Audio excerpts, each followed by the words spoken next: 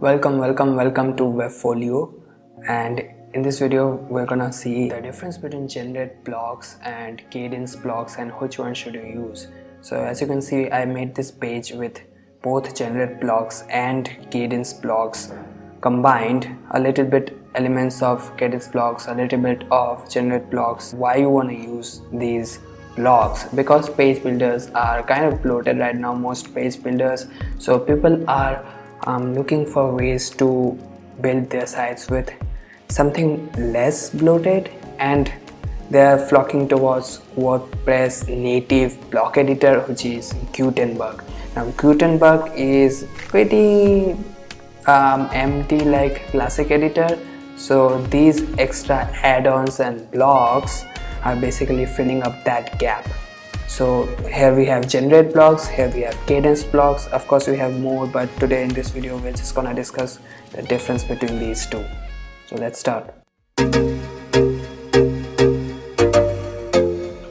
First of all, we'll come here, we'll look at how Gutenberg really looks like. So when you press browse all, this is what it looks like. It kind of looks like Elementor, to be honest. First we'll look at GenerateBlocks.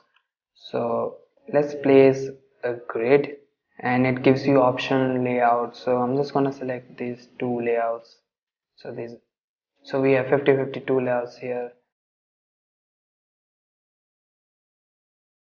and you can move these layouts from above to below of a module with these buttons.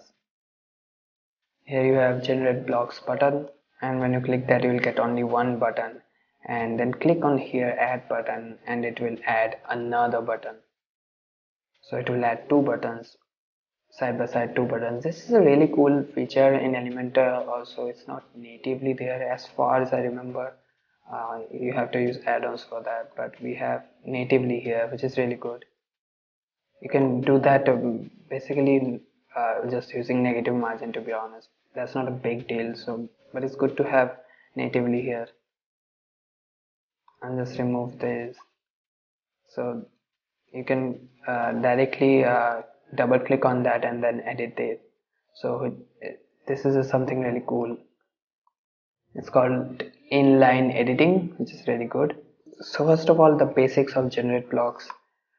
You get settings in typography settings, you get width, transform. In advanced typography you can change the font size, letter spacing, the font fallback family. Fallback means if the browser doesn't have it, the visitor browser, then it will fall back to a web safe font, something like sans serif or Arial or Times New Roman, something like that. Then you have spacing, padding and margins. Then you have colors, background color, text color, border color. You also get hover here, hover feature like this. Then you have the background gradient. If you want to use a gradient, as you can see, it's now using black and blue. Go ahead and use something like purple, something a bit purple here. And you can add a stop and start position. I'll click 50 and make it a little darker like this. Yeah, alright, this looks okay. Then we'll go ahead add an icon. The good thing about icon is font awesome is awesome, as the name sounds. Font awesome is awesome, but font awesome loads really slowly, and instead of that you should use SVG instead of font awesome. Let's go and select the basic icons. Click me clock, just add anything. I'll just press a check mark here. These are SVG, that means they will load faster than font awesome. And you can change the position of these icons to left, to right. You can remove text, you can just make it without text. You can change the padding of the icon, change the size of the icon. These have some pretty good features, and the good thing about GenerateBlocks, I saw that you have the desktop, tablet and mobile versions right there and there. If you click the tablet, of course it's not optimized for mobile. It was ready-made optimized, to be honest. As you can see, it's really good. We have to click on it though, so desktop, let's go desktop. Let's go ahead and see headline of GenerateBlocks. So we're gonna type headline.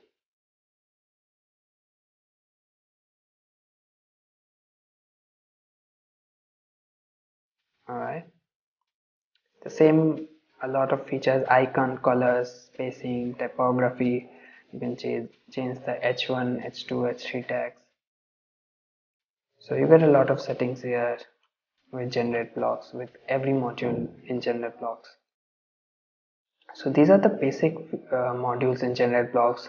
Unfortunately, there are only four blocks in GenerateBlocks, because as you can see there are only grid, container, buttons and headlines. So I use buttons and headlines, only two of them. Grid is basically the one layout, one row, two row, 50%, 50% and stuff like that. Container is organize your content, organize your buttons and headlines and all that into rows and sections, so you can group them or individually. So that is container. So you only get like four of them. These are the basic four structural blocks in GenerateBlocks, but you don't get any more ready-made blocks.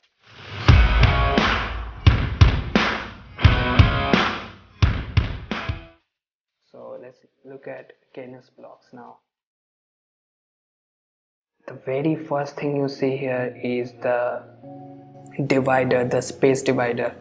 So you don't get fancy dividers as if in Elementor, in Divi and all that, but you do get a basic divider. So in this basic divider, you can set it again to mobile, desktop and tablet, and it's the only mobile, desktop and tablet I saw in their module. There's no mobile, desktop and tablet in their buttons or headline. You can choose the alignment, then dotted, stripe, dashed and solid. There are only four options as of now. You can choose the stripe angle, and you can pretty much customize it as much as you like. The cool thing in Cadence blocks is the visibility settings. You can hide in desktop, hide in tablet, hide in mobile. This is really good. You could do it manually with media queries, but Gutenberg blocks, add-ons and page builders only to make your work real easy and not to dive in coding that much. So it's really appreciated they gave us this visibility settings. You already saw the button. Let's look at headline. And one thing is, so as soon as I was typing in headline, and this table of contents was updating. Table of contents is awesome feature added in Cadence blocks. It's a really good block. Before they added this, we had to use different plugins, table of content plugins, but now we have inbuilt in Cadence blocks, which is really cool. In heading, you can again customize it, font, line height. Here you have a lot of settings, but I don't like Cadence blocks button because the settings are not that much. Moving on, table of contents. In table of contents you can edit the size and all that, and then the scroll setting. If you enable smooth scroll to ID, that means when you click on this heading and whatever, currently we don't have anything, but when it will scroll down, it will smoothly scroll down. Then let's look at the icons. So all this you can add by pressing the blocks, browse all, then go to here you have space divider, advanced button. Row layout is the same as the grid in GenerateBlocks. Then you have this icon. This is the icon I've used here, icon and then text. You can add one more like that. You can move up and down these. Then you have the tabs, so you can add more tabs like this. You go to browse, then here is the tab. It will ask you different styles. I just went with this style, so I'll just delete that for now.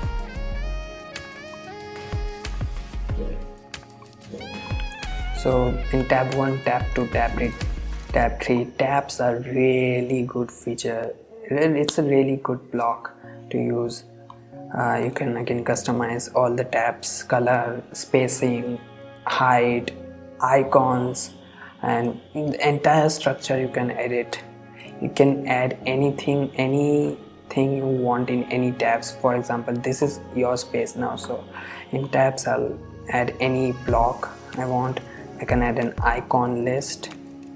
I can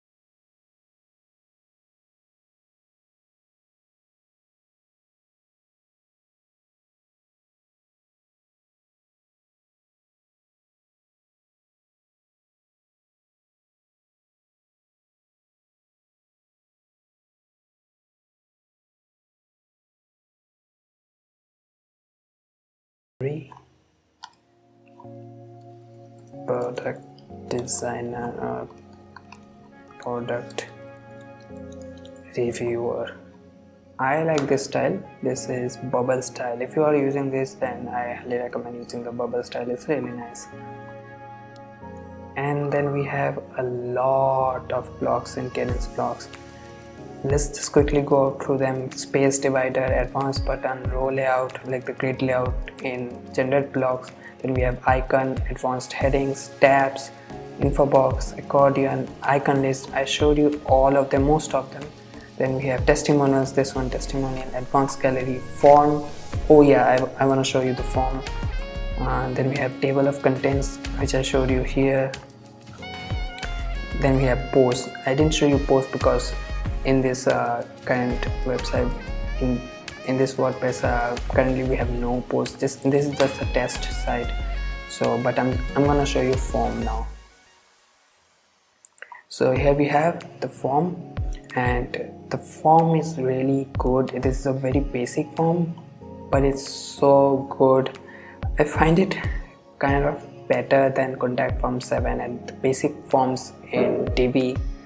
I have not used Elementor form, but I have used Divi form. It's actually really a good form when it comes to basic form, but of course you will get better forms when you use Gravity forms, Ninja forms, WP forms, or Fluent forms.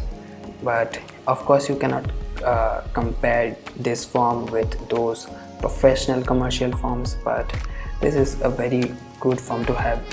Let me show you why I say it's a good form. Because you can edit name field, email field, message field, anything you want. You can change the column width. Let's make it 50%. Then add one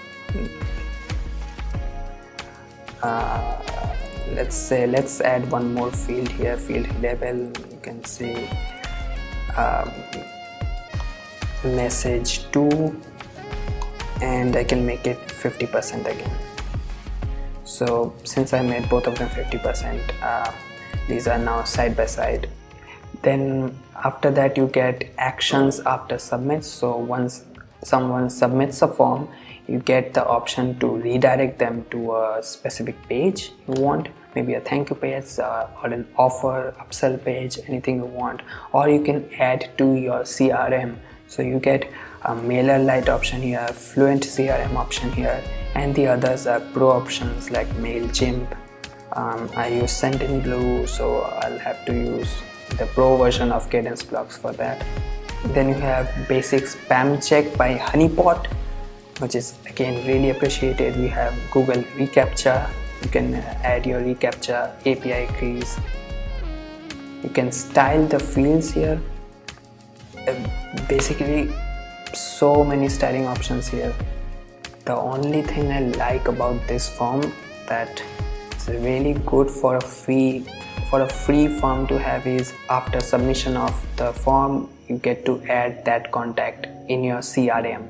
So it's basically like lead capture inside a form. This is what I really like about this form because it's free. So there you have it. I wrapped up all of the blocks in KadenceBlocks and in GenerateBlocks. Now let's discuss what should you use. Personally, I think GenerateBlocks is lacking a lot in terms of ready-made blocks. Of course you can do a lot with 4 structural blocks that they provide, but it's good to have ready-made blocks because let's be honest, we are all here to make our workflow faster. Otherwise, why would we be using page builders anyways? And then we are looking for a better solution than page builders because page builders are mostly uploaded. So I think GenerateBlocks still has a lot to go. It's a really nice option. If you are using GeneratePress, then don't worry, you can use KadenceBlocks along with GeneratePress. You won't they both won't interfere with each other. You can use any blocks like Ultimate Blocks, Kadence Block, GenerateBlocks, all 3 together with GeneratePress or Cadence theme, anything you want. These blocks work with any theme, so you can never go wrong with choosing any of these. Just try out both of their free versions and let me know in the comments which one you prefer. But I think KadenceBlocks in terms of providing ready-made blocks is really far ahead than GenerateBlocks. But the settings in GenerateBlocks is really advanced.